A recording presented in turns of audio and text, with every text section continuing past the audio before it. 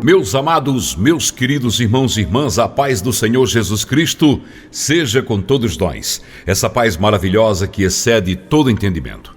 Aqui é o pastor Chico Chagas, da Assembleia de Deus Pão da Vida da cidade de Mossoró, no estado do Rio Grande do Norte. O título da mensagem de hoje é A União para Preservar a Vida Cristã.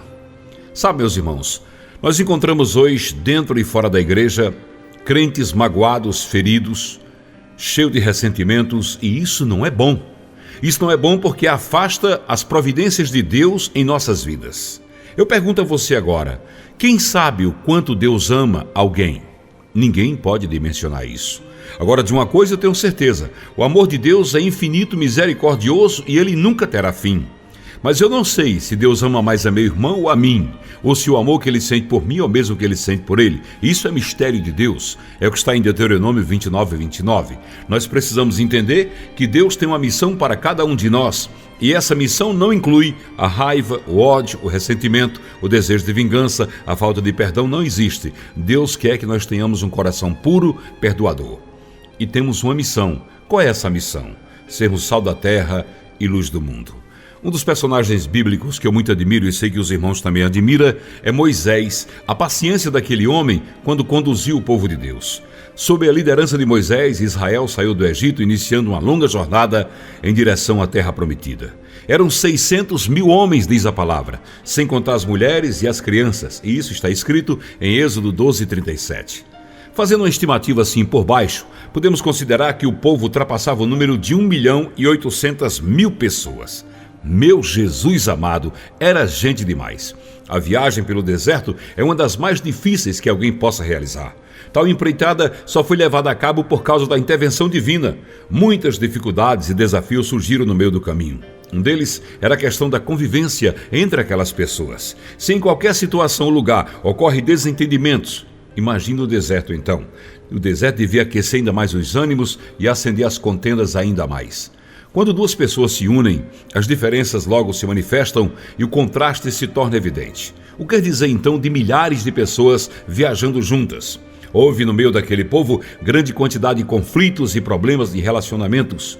Pouco depois da saída do Egito, Moisés já exercia a função de juiz, procurando resolver as divergências que se multiplicavam. Está em Êxodo 18, de 13 a 26. A providência imediata para minimizar os atritos foi a promulgação da lei, a partir do que está escrito em Êxodo 20. Observando os estatutos do Senhor, Israel viajaria com mais tranquilidades. Um conflito digno de nota foi ocorrido quando Arão e Miriam se rebelaram contra Moisés, está em Números 12. Tal insubordinação podia ter sido o fim da convivência entre os três irmãos. Entretanto, o pecado de Arão e Miriam foi perdoado e no capítulo seguinte continuava ao lado de Moisés seguindo na mesma direção, porque afinal de contas era um projeto de Deus. As diferenças entre os israelitas eram inúmeras, mas eles continuavam juntos, porque eram unidos por fortes laços e possuíam um objetivo em comum, a terra de Canaã.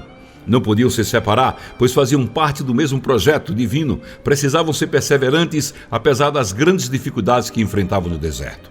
Podemos comparar Israel com a Igreja de Jesus. Aquela viagem em direção a Canaã se assemelha à execução dos nossos projetos, envolvendo várias pessoas em grandes ou pequenos grupos, inclusive na família. Aqueles que nos dão prazer de sua companhia também podem nos trazer algumas contrariedades. Assim como fazemos a eles, isso não se dá necessariamente por uma questão de erro ou pecado, mas simplesmente em função das diferenças individuais. Somos muito diferentes uns dos outros, mas temos também muita coisa em comum, como Paulo escreveu aos Efésios, no capítulo 4, versículos de 1 a 6. Rogo-vos, pois, eu, o preso do Senhor, que andeis como é digno da vocação com os que fostes chamado, com toda a humildade e mansidão, com longanimidade, suportando-vos uns aos outros em amor, procurando guardar a unidade do Espírito pelo vínculo da paz. Há um só corpo e um só Espírito, como também fostes chamados em uma só esperança da vossa vocação. Um só Senhor, uma só fé, um só batismo, um só Deus e Pai de todos, o qual é sobre todos e por todos e em todos vós. Que palavra linda! Estamos nós todos viajando juntos, em busca da Nova Jerusalém. Não podemos nos desentender, brigar, não podemos desejar que o irmão saia da igreja simplesmente porque houve algum contratempo. O desejo do inimigo é que nos separemos. Ele quer ver os nossos irmãos brigando, os casais se separando, os amigos se afastando, a igreja se desintegrando. Ele quer ver você afastado da obra de Deus, porque ele sabe que você é um soldado, é um guerreiro, você é uma guerreira, uma profeta de Deus. Ele quer afastá-lo porque sabe que você é mais uma força para o inferno ser saqueado. Entretanto, apesar de tudo isso que ele faz, o propósito de Deus é que aprendamos a sua palavra e a vivamos de maneira que os conflitos sejam menos frequentes.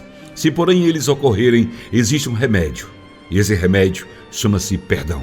Nenhum crente pode assumir a posição de juiz, pois só Deus tem a capacidade de nos julgar e nos dar a sentença que merecemos. Deus sempre tem nos perdoado. Caso contrário, Ele não andaria mais conosco.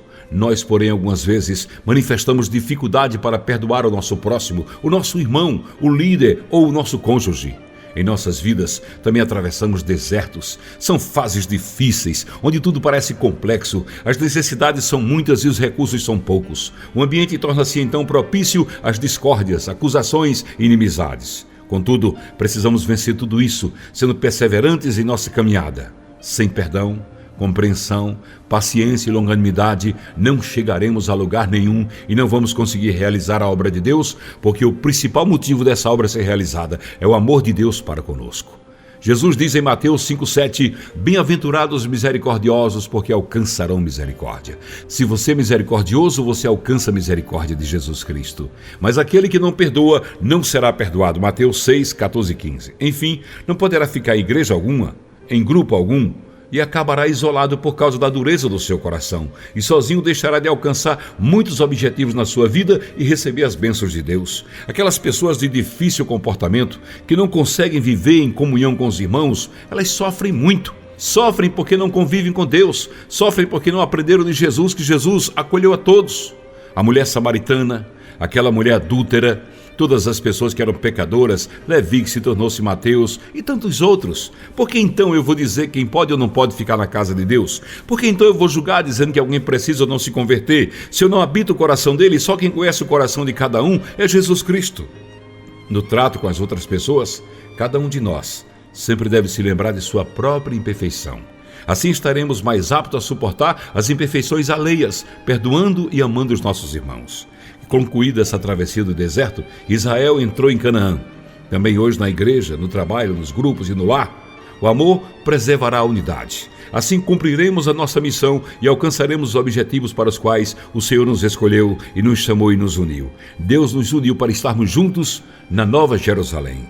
E não é para sermos vassalos, Ele nos convida a sermos coerdeiros. E quando Ele diz coerdeiros, Ele quer dizer que todos nós vamos estar em pé de igualdade. Não há ninguém melhor do que ninguém. O sangue de Jesus não foi derramado por A e não por B, foi derramado por todos. O amor de Deus é um amor que absorve todos os pecados, os transforma em limpos panos reluzentes para serem apresentados ao Pai. Você não pode ser visto pelos seus pecados, mas tem que ser visto pelo sangue de Jesus que está aspergido em sua vida. Olha teu irmão com amor no coração. Deixa Deus fazer isso na tua vida, transformar você num verdadeiro cristão. O verdadeiro cristianismo é aquele que nós olhamos o nosso irmão sem olhar os seus pecados. Olhamos o nosso irmão vendo a necessidade que ele tem de Jesus e vendo nele o sangue de Cristo aspergido sobre a vida dele. Não importa o tamanho dos seus pecados, o que importa é que o sangue de Jesus Cristo é capaz de perdoar todos os seus pecados. Amando as pessoas, a vida é melhor de ser vivida. Ame a seu semelhante. Cumpra com o que Deus tem para a sua vida. Seja amável, carinhoso, atencioso e trate a todos de igual maneira. Não faça distinção, porque Deus não faz distinção de pessoas. Isaías capítulo 1, versículo 18, e quero dizer também o 19. Nesses versículos, Deus nos chama a razão. Venha e arrazoemos, venha e pensemos. Eu sou Deus e estou decidindo. Ainda que teus pecados sejam vermelhos como escarlate, os tornarei branco como a neve. Ainda que sejam vermelhos como o carmesim, os tornarei branco como a mais alva lã. Versículo 19. Se atentares para os meus mandamentos, comereis o melhor dessa terra. Há uma promessa magnífica de Deus. Uma promessa linda e maravilhosa para se cumprir na sua e na minha vida e na vida daqueles que precisam de Cristo. Que essa mensagem fique no seu coração e que ela possa te ajudar a limpar o teu coração de todo rancor, de todo ressentimento, de todo julgamento, que ela possa limpar o teu coração, para que o Espírito Santo faça morada nele e que resplandeça em ti a luz do nosso Senhor e Salvador, Jesus Cristo.